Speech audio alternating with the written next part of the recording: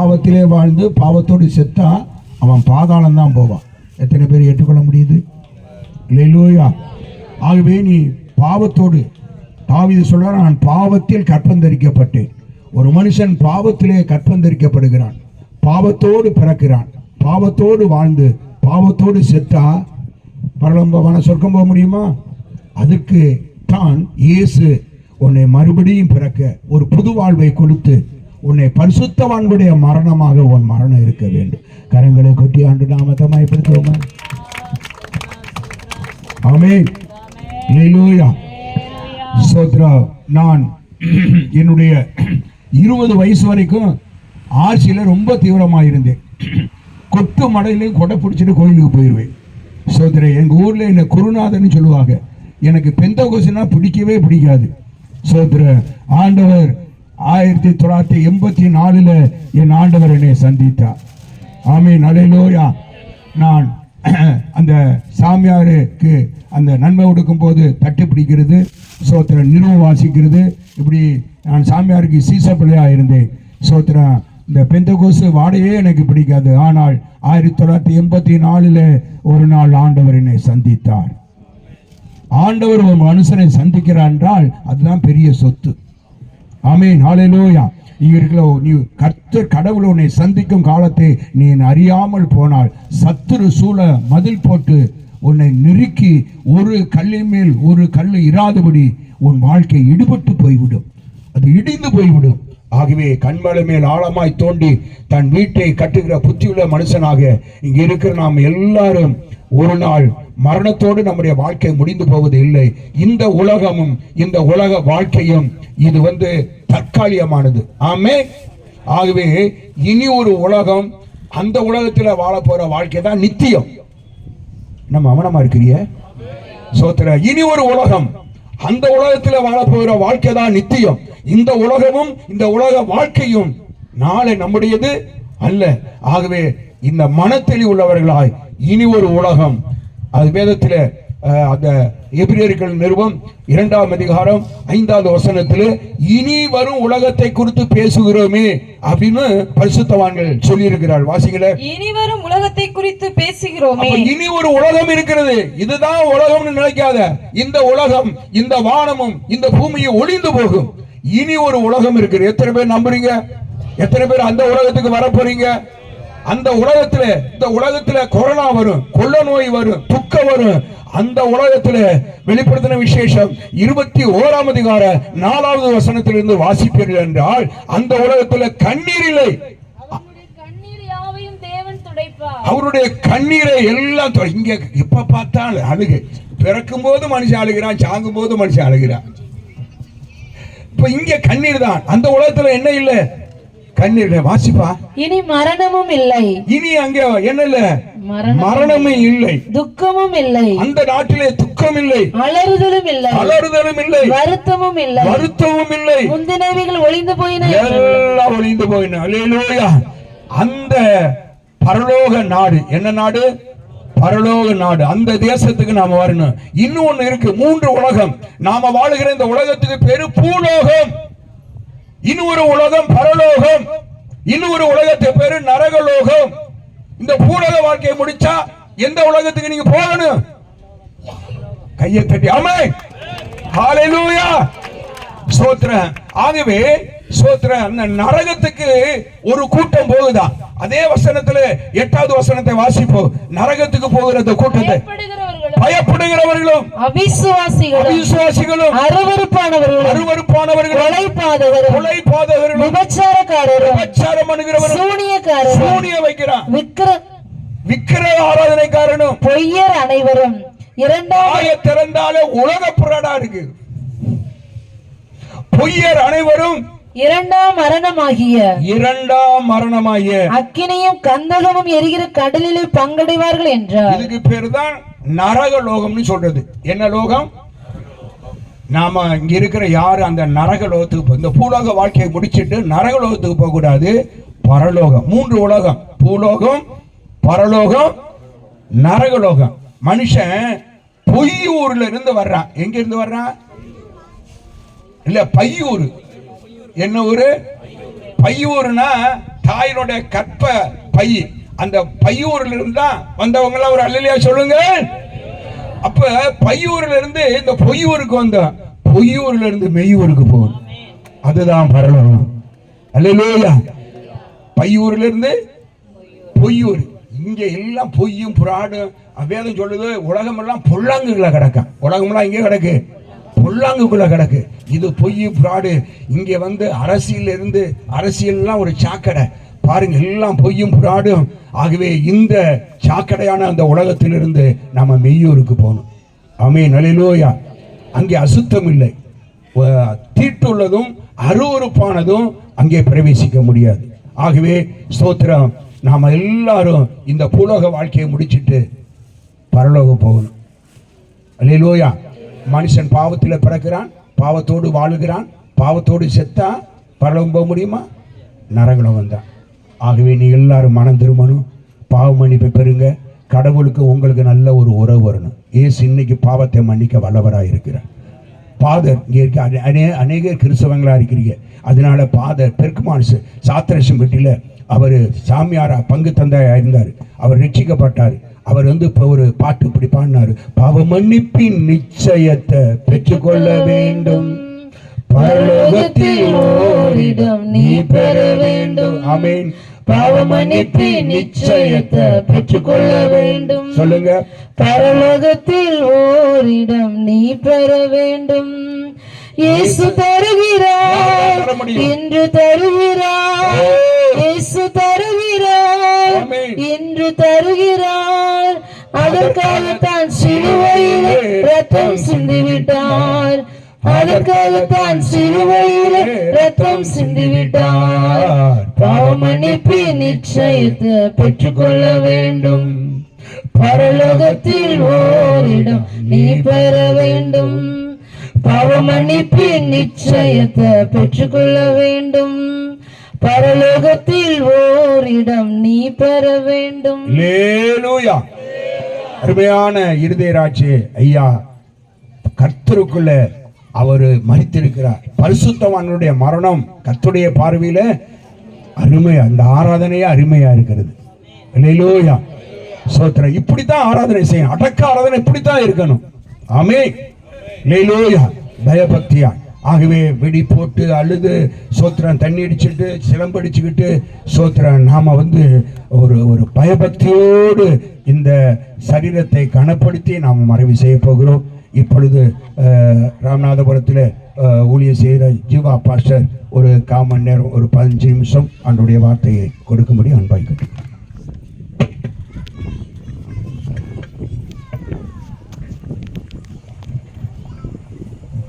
கர்த்தருடைய பரிசுத்த நாமம் மகிமைப்படுவதாக.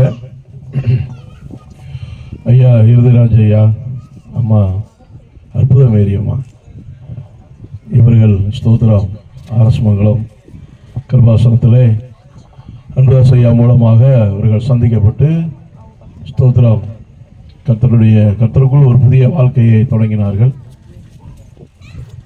அவர்கள் பெற்றெடுத்த பிள்ளைகளும்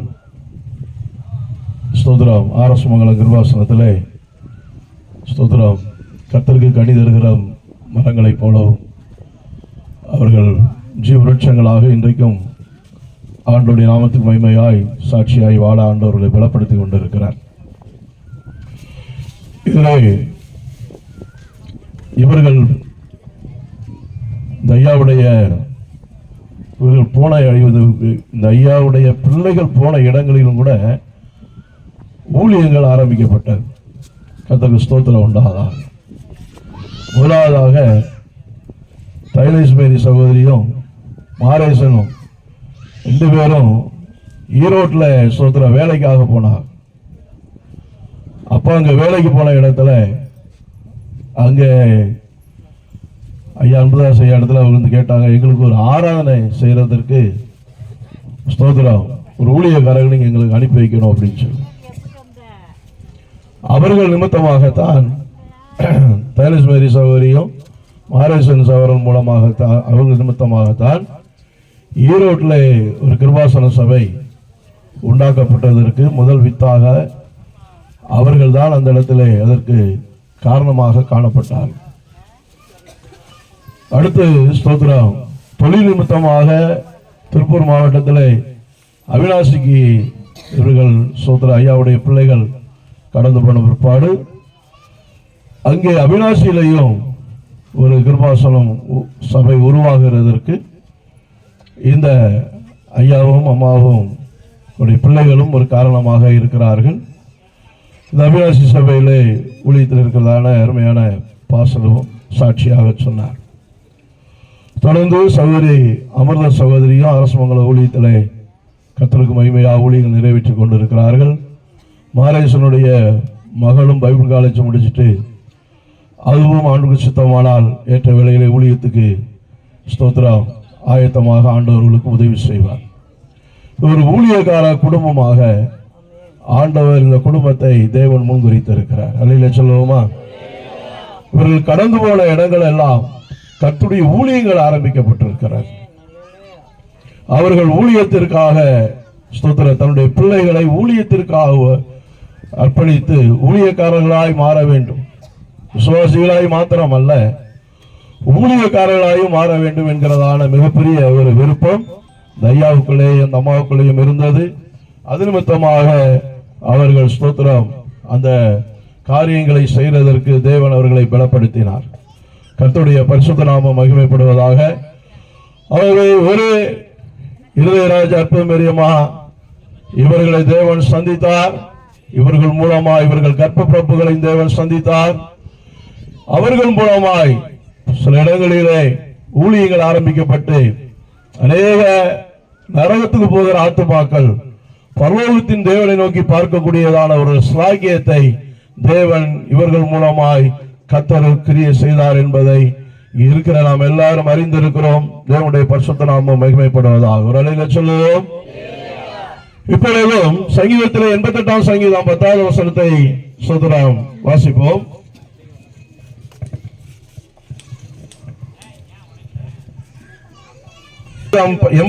சங்கீதம் 10வது வசனம். மரித்தவர்களுக்கு அதிசயங்களை செய்வீரோ? செத்து போன வீரர் எழுந்து உம்மை துதிப்பார்களோ?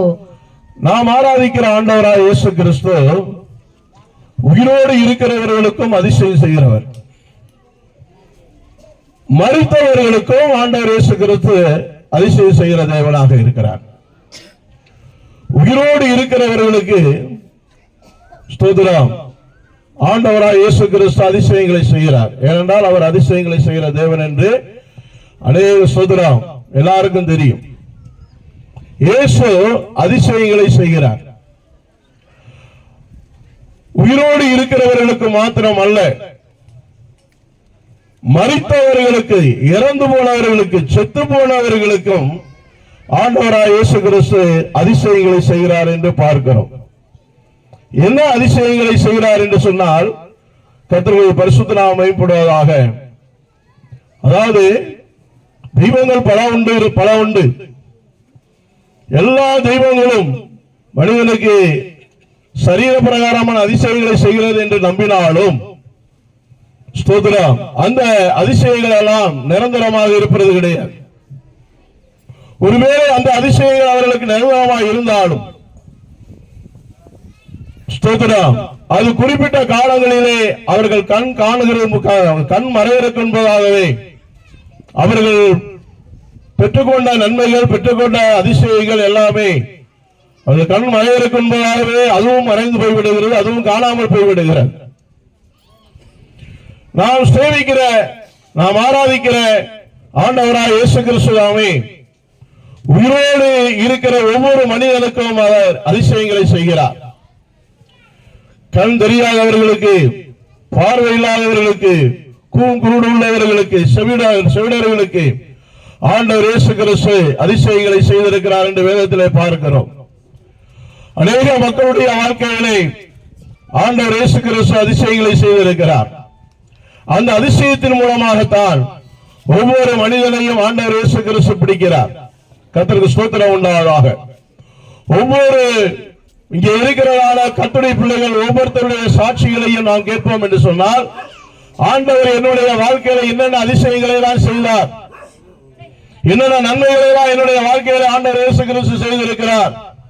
அதனாலே இந்த ஆண்டவராக இயேசு கிறிஸ்துவை என்னுடைய சொந்த ரட்சகராக நான் ஏற்றுக்கொண்டு என்னுடைய வாழ்க்கையை நான் அவருக்கு ஒப்பு கொடுத்திருக்கிறேன் என்று சொல்லி இங்க இருக்கிற அநேகர் சாட்சிகளாக சொல்லக்கூடிய இடத்திலே கர்த்தர் நம்ம ஒவ்வொருத்தரையும் வைத்திருக்கிறார்.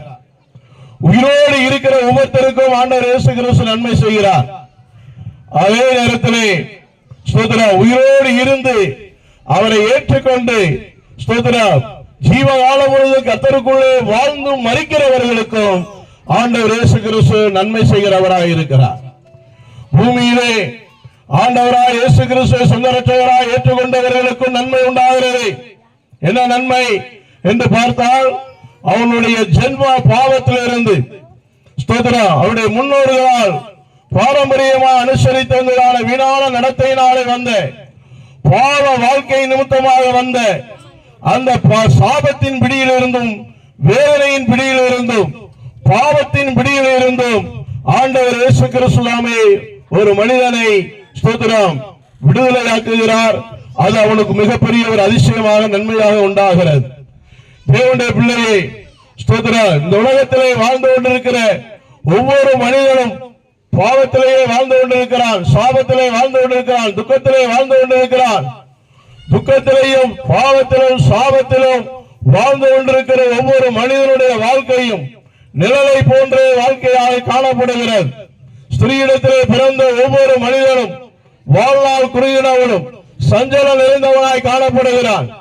ஸ்திரீயிடத்திலே ஒரு தாயின் கர்ப்பத்திலே வெளிப்பட்ட ஒவ்வொரு மனுஷனும் ஒவ்வொரு மனுஷியும் தன் வாழ்நாள் முழுவதும் சஞ்சலம் நிறைந்தவனாய் காணப்படுகிறான், தவிப்பு நிறைந்தவனாய் காணப்படுகிறான், வாழ்நாள் குறுகினவனாய் காணப்படுகிறான். காலையில எழும்பி இரவும் தூங்குறதுக்கு முன்பதாக என்னடா இது வாழ்க்கை என்று சொல்லி சஞ்சலம் நிறைந்தவனாக ஒவ்வொரு நாளும் தன்னுடைய வாழ்க்கையை அவன் கழிக்கிறவனாய் காணப்படுகிறான். அப்பேற்பட்ட நிலையில இருக்கிற அதற்கு காரணம் என்னவென்றால் மனிதன் செய்கிற பாவத்தினாலும் அது நிமித்தம் அவர்கள் முன்னோர்கள் செய்த பாவத்தினாலும் அவர்கள் நிமித்தமாக வந்த சாபங்களினாலும் அவனுடைய வாழ்நாள் முழுவதும் சஞ்சலம் நிறைந்தவனாக ஸ்தோத்திரம் வேதனை நிறைந்தவனாக துக்கம் நிறைந்தவனாக காணப்படுகிறான் என்று கர்த்தருடைய வேதம் நமக்கு போதிக்கிறது.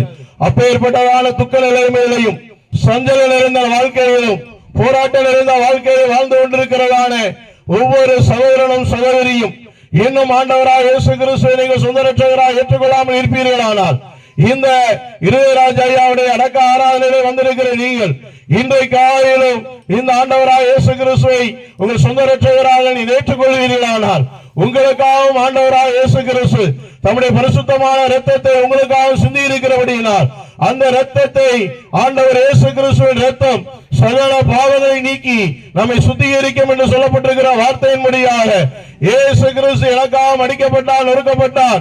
என்னுடைய பாவங்களுக்காக, அக்கிரமங்களுக்காக, மீறலுக்காக ஆண்டவராக இயேசு கிறிஸ்து தன்னையே எனக்காக தியாக பலியாக கிருபாதார பலியாக என்னை தன்னையே ஒப்புக் கொடுத்தார் என்று மனப்பூர்வமாய் விசுவாசித்து இரு சோதர இருதயத்தில் அவரை ஏற்றுக்கொண்டு விசுவாசித்து உன் பாவங்களை எல்லாம் அறிக்கையிட்டு சோதரா பாவ மன்னிப்பாய நிச்சயத்தை பெற்றுக் கொள்வாயானால் உன்னுடைய தவிப்பு மாறும், உன்னுடைய சஞ்சலம் மாறும், உன்னுடைய துக்கங்கள் மாறும்படியாய் ஆண்டவராய் இயேசு கிறிஸ்து உனக்கு உதவி செய்வார். அல்லேலூயா.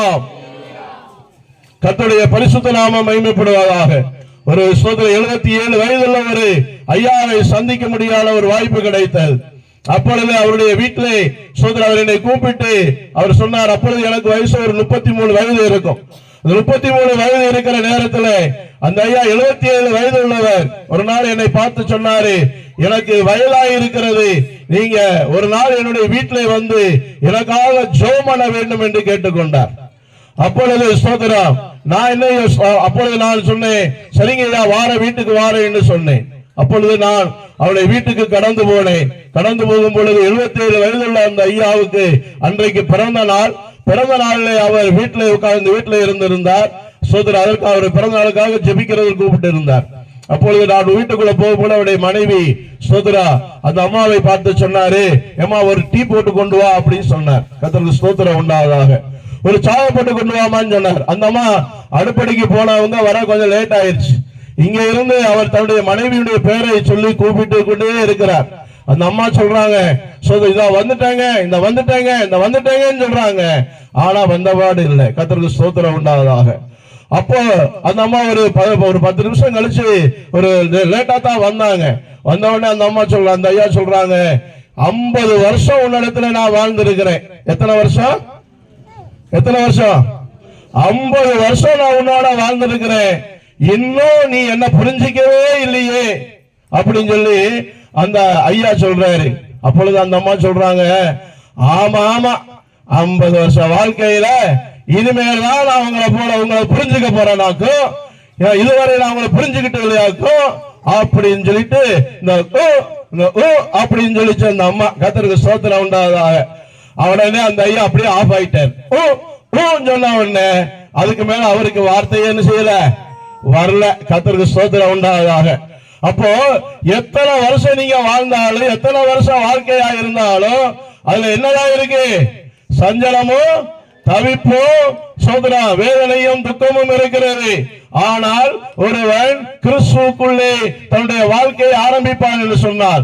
பாவ மன்னிப்பாகிய மீட்பை பெற்றுக்கொண்டு, பரிசுத்தாவின் அபிஷேகத்தை பெற்றுக்கொண்டு, மூழ்கி ஞானஸ்நானம் பெற்றுக்கொண்டு கிறிஸ்துவுக்குள்ளே ஒரு மனிதன் வாழ்க்கையை ஆரம்பிப்பான் என்று சொன்னால், அந்த வாழ்க்கையிலே சோதனம் ஆண்டவராய் இயேசு கிறிஸ்துவாமே அவரும் அந்த ஆண்டவராய் இயேசு கிறிஸ்து அவரோடு கூட அந்த வாழ்க்கையோடு கூட இருந்து அவர்களுக்கு வருகிற சஞ்சலங்கள் வரும், தவிப்பு வரும், வேதனைகள் வரும், துக்கங்கள் வரும், சங்கடம் வரும். ஆனாலும் இயேசு கிறிஸ்து அதிலிருந்து தப்பித்துக் கொள்கிறதுக்காக போக்கையும் வழியையும் உண்டாக்கி இருக்கிறார். அல்லேலூயா, அல்லேலூயா. சஞ்சலங்கள் வந்தாலும், தவிப்பு வந்தாலும், கஷ்டங்கள் வந்தாலும் ஆண்டவராய் இயேசு கிறிஸ்துவே அதில் இருந்து தப்பித்துக் கொள்கிறதற்கு எங்களுக்கு வழியை உண்டாக்கி இருக்கிறார். அருமையான ஐயாவுக்கும் அம்மாவுக்கும் அவருடைய பிள்ளைகளுக்கும் அந்த வழியை அவர்கள் அறிந்ததினாலே தான் அவருடைய வாழ்க்கையில சஞ்சலங்கள், தவிப்பும், கஷ்டம் வந்தாலும் தப்பித்துக் கொள்வதற்கான வழியை அவர்கள் அறிந்ததினாலே தப்பித்துக் கொண்டார்கள். இத்தனை வருஷமாக அவர்கள் கிறிஸ்துவுக்குள்ளே வாழும்படியாய் ஆண்டவர்களுக்கு உதவி செய்தார். அருமையான தேவனுடைய பிள்ளைகளே, அருமையான உறவுகளே, சொந்த பந்தங்களே, சோதரா ஆண்டவராய் இயேசு கிறிஸ்துவே சோதரா உயிரோடு இருக்கிறவர்களுக்கு மாத்திரம் அவர் அதிசயங்களை செய்கிறவர் மாத்திரம் அல்ல, அவர் மரித்தவர்களுக்கும் ஆண்டவர் இயேசு கிறிஸ்து அற்புதங்களை, சோதரா நன்மைகளை, அதிசயங்களை செய்கிற தேவனாய் இருக்கிறார். என்னையா அப்படி ஒரு அதிசயத்தை செய்ய போறார் மரித்தவர்களுக்கு அப்படின்னு சொன்னா, கர்த்தருக்கு சோதரா ஏசாயா 57 அதிகாரம் 1வது வசனத்தை 2வது வசனத்தை வாசிக்கும் பொழுது கர்த்தருக்கு ஸ்தோத்திரம் உண்டாவதாக. நீதிமான் மடிந்து போகிறான், ஒருவரும் அதை மனதில் வைக்கிறதில்லை. புத்திமான்கள் எடுத்துக்கொள்ளப்படுகிறார்கள், ஆனாலும் தீங்கு வராததற்கு முன்னே நீதிமான் எடுத்துக்கொள்ளப்படுகிறான் என்பதை சிந்திப்பார் இல்லை. நேர்மையாய் நடந்தவர்கள் சமாதானத்துக்குள் பிரவேசித்து தங்கள் படுக்கைகளில் இளைப்பாறுகிறார்கள். அல்லேலூயா. இந்த ஐயா இப்பொழுது நேர்மையாய் நடந்ததினாலே இவர் இப்பொழுது சமாதானத்துக்குள் பிரவேசித்திருக்கிறார். அல்லேலூயா சொல்லுவோம், அல்லேலூயா சொல்லுவோம். சோதரா எங்கே பிரவேசித்திருக்கிறாரு? அவருக்கு நல்ல ஒரு நிச்சயம் இருக்கிறது. அதனால நாங்க எல்லாரும் அழாம இருக்கிறோம். பாட்டு பாடி துதிச்சு தேவனை ஸ்தோத்திரம் பண்ணி நல்லா ஆராதிக்கிறது காரணம் என்ன தெரியுமா? இவர் போன இடத்தை பற்றி எங்களுக்கு நல்ல ஒரு நிச்சயம் இருக்கிறது. அதனால நாங்க இவர் என்ன செய்வோம்? திரும்பவும் நாங்கள் அவரை சந்திப்போம், நாங்கள் அவரை பார்ப்போம் என்கிற நம்பிக்கை இருக்கிறது. காரணம் என்னன்னா, அவர் நேர்மையாய் நடந்ததினாலே தேவன் அவருக்கு ஒரு சோதரா அவரை சமாதானத்துக்குள் தேவன் பிரவேசிக்க பண்ணி இருக்கிறார். அதனால இவருக்கு தேவன் செய்திருக்கிற மிகப்பெரிய சோதரா அதிசயம் என்னவென்றால், இவர் சமாதானத்துக்குள் பிரவேசித்திருக்கிறது மிகப்பெரிய அதிசயம். ஏனென்றால் ஆராதிக்கிற தேவன், இவர் எத்தனை வருஷங்களாக இவர் ஆராதித்திருக்கிற தேவன் யார்? அவர் சமாதானத்தின் தேவன். அந்த சமாதானத்தின் தேவன் இருக்கிற அந்த ஸ்தலத்திற்குள்ளே இவர் பிரவேசித்திருக்கிறதுனாலே சோதரா அந்த சமாதானத்தின் தேவனோடு இன்றைக்கு இவர் ஐக்கியமாக இருக்கிறார் என்று நாங்கள் விசுவாசிக்கிறோம். இரண்டாவதாக பார்க்கிறோம், சோதரா தங்கள் படுக்கையில் இளைப்பாறுவார்கள் என்று எழுதப்பட்டிருக்கிறது. சோதரா இவர் அங்கு இவருடைய ஆன்மா சோதரா மற்றவங்க சொல்றது போல செத்த பிற்பாடு சோதரா அந்த புளிய மரத்துல தொங்கிட்டு இருந்தாப்புல, வேப்ப மரத்துல சோதரா பார்த்தேன், சோதரா நான் தான் இன்னார் வந்திருக்கேன், அன்னைக்கு செத்து போனா பாரு, அவதான் நானே, அன்னைக்கு அவன் அடிச்சு கொண்டு விட்டான் பத்தியா, அவன் தான் நானே, அப்படி இப்படின்னு சொல்லி சில ஆவிகள் சில ஆட்களை என்ன செய்யும்? பயமுறுத்துகிறது போல ஸ்தோத்திரம் இந்த ஐயா என்ன செய்ய மாட்டாரு, பயன்படுத்துறதுக்கு வாய்ப்பே கிடையாது. ஏன்னா இவர் கிறிஸ்துவை ஏற்றுக்கொண்டார், கிறிஸ்துவுக்குள்ளே வாழ்ந்திருக்கிறார், கிறிஸ்துவுக்குள்ளே மரித்திருக்கிறார். அதனாலே இவருடைய ஆன்மா சமாதானத்துக்குள் பிரவேசித்திருக்கிறது. இரண்டாவதாக இவருடைய ஆன்மா இளைப்பாறுதலுக்குள் பிரவேசித்திருக்கிறார். இவருக்கு ஒரு படுக்கை இருக்கிறது, அந்த படுக்கையில இவர் இளைப்பாரி கொண்டிருக்கிறார். ஸ்தோத்திரம். இவருடைய படுக்கையிலே இவருக்கு இளைப்பாரி கொண்டிருக்கிறார். கிறிஸ்து வரும் பொழுது, ஆண்டவராய் இயேசு கிறிஸ்து வரும் பொழுது சோதரா தன்னுடைய அந்த வரிசையிலே இவர் உயிர்ப்பிக்கப்படுவார் என்று கர்த்தருடைய வசனம் சொல்லுகிறது. அல்லேலூயா. மூன்றாவதாக நம்ம பார்க்கிறோம், சோதரம் பிரேத குழியில் உள்ளவர்கள் யாவரும் அவருடைய சத்தத்தை கேட்பார்கள் என்று சொல்லப்பட்டிருக்கிறது. கர்த்தருக்கு ஸ்தோத்திரம் உண்டாவதாக.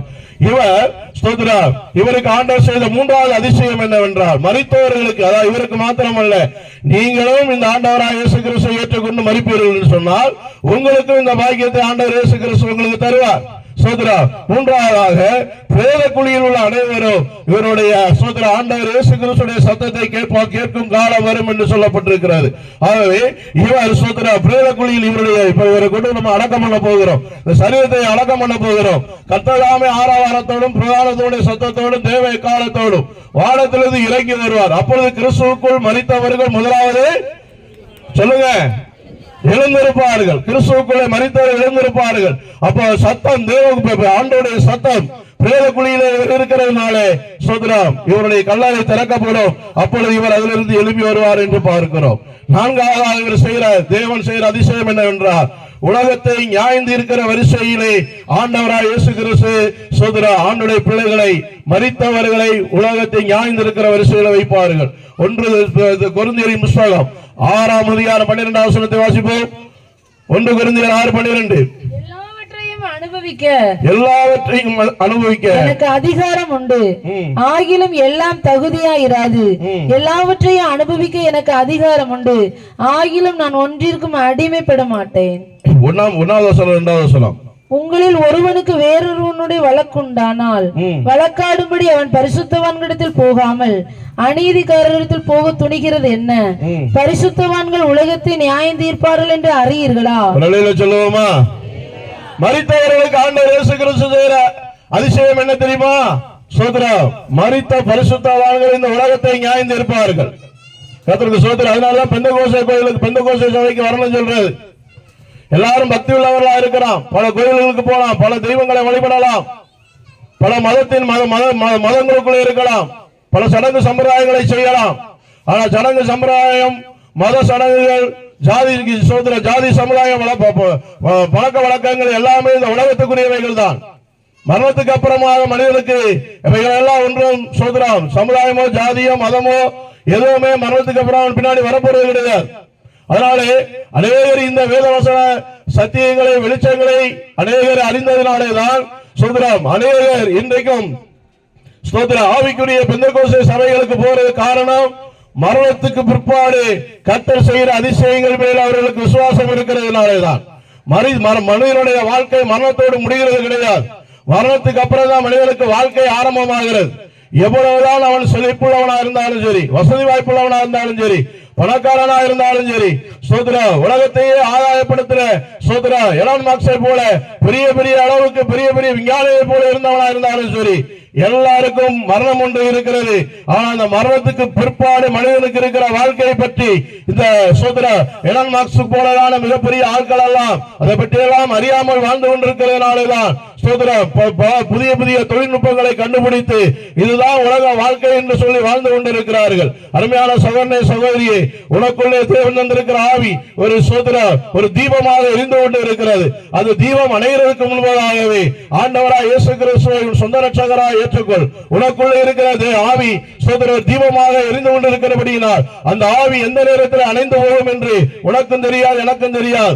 ஆவியை தந்த தேவனுக்கு தான் தெரியும். அதனாலே சோதரா இந்த அறக்காராலே வந்திருக்கிறதால நீங்களும் நானும் சோதரா அந்த ஆவியை தேவன் எடுத்துக்கொள்வதற்கு முன்பதாகவே உனக்கு கிடைத்திருக்கிற இந்த நாளிலாயிலும் உன் சமாதானத்துக்கு ஏற்றவனின் அறிந்திருப்பாயானால் உனக்கு நலமாக இருக்கும் என்று சொல்லப்பட்டிருக்கிறது போல அதனால் சோதரா இந்த பகல் வேளையிலே ஸ்தோத்திரா ஆண்டவராய் இயேசு கிறிஸ்துவை சொந்த ரட்சகராய் ஏற்றுக்கொள். காரணம் இந்த உலகத்தை நியாயம் தீர்க்கக்கூடிய வரிசையிலே தேவன் பரிசுத்தவான்களை வைக்க போகிறார். கர்த்தருக்கு சித்தமானால் ஸ்தோத்திரா எல்லா பரிசுத்தவான்களும் அந்த வரிசையில் வருகிறதற்கு ஆண்டவராய் தேவன் உதவி செய்வார். கடைசியாக ஒரு வார்த்தை நான் ஸ்தோத்திர வாசியுங்கள். கர்த்தருக்கு ஸ்தோத்திரம். 2 தீமோத்தேயு 3ஆம் அதிகாரம் 12வது வசனம். 2 தீமோத்தேயு 2ஆம் அதிகாரம் 12வது வசனம். 2 தீமோத்தேயு 2:12. அன்றியும் கிறிஸ்து இயேசுவுக்குள் தேவ பக்தியாய் நடக்க மனதாய் இருக்கிற யாவரும் துன்பப்படுவார்கள். பொல்லாதவர்களும் அவரோடு கூட பாடுகளை சகித்தோமானால் அவரோடு கூட ஆளுகையும் செய்வோம். அல்லேலூயா. அவரோடு கூட பாடுகளை சகித்தோமானால் அவரோடு கூட ஆளுகை செய்வோம். ஆமென். அல்லேலூயா. சுதந்திரம் மரித்த பரிசுத்தவான்களுக்கு ஆண்டவர் செய்கிற நன்மை என்ன தெரியுமா? நேர்மை சமாதானத்துக்குள் பிரவேசிக்கக்கூடிய பாக்கியம் அவர்களுக்கு